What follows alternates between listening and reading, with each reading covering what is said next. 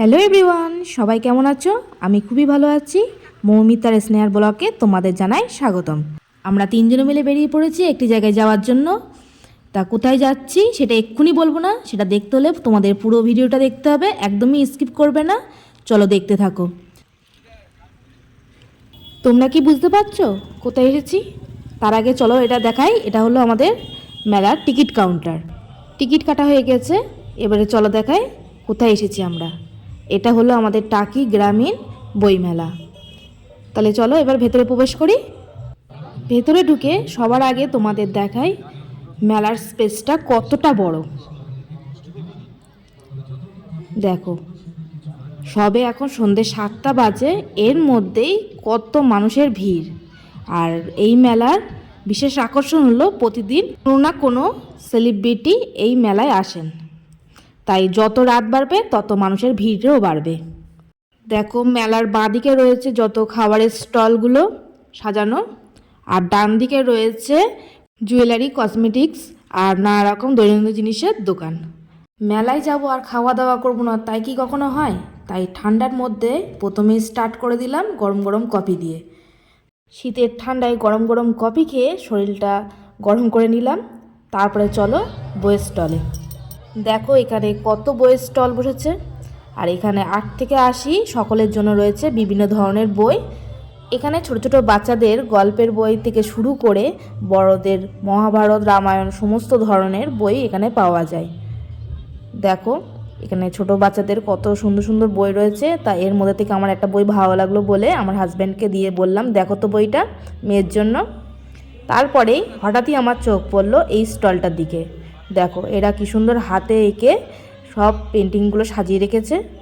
আর যেহেতু আমার আঁকার প্রতি বেশি ন্যাক, কারণ ছোটোবেলা থেকে আমিও আঁকা শিখেছি, মেয়ে আর বাবা মিলে এখানে ওরা কিছুটা ড্রয়িং বুক দেখে নিল।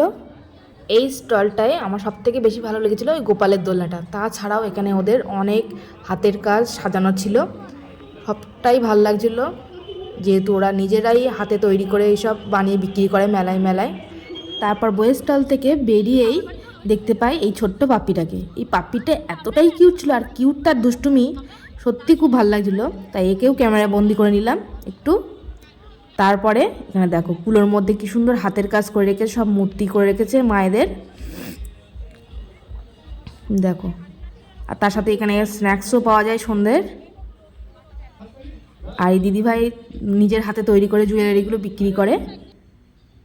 আর এটা দেখো, বলছিলাম না টাকি গ্রামীণ সংস্কৃত ও বইমেলা।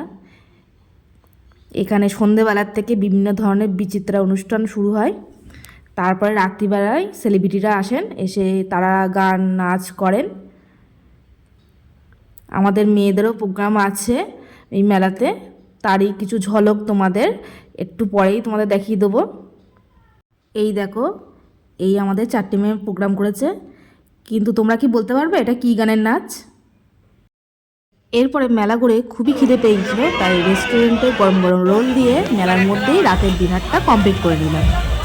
তারপরেই মেয়ের বায়না, না ওকে একটা সফট টয়েস কিনে দিতে হবে, যেহেতু মেলার মধ্যে ওই পাপ্পিটা দেখার পরে ওর বায়না এই পাপ্পিটাকে কিনে দিতে হবে। বাবার কাছে মেয়ে অন্তর্প্রাণ, বাবাকে ফিরিয়ে দিতে পারবে মেয়ের আবদার। আর তোমাদের বলা হয়নি, মেয়ের বুক স্টল থেকে একটা গোপাল ভাঁড়ের বইও কিনেছে।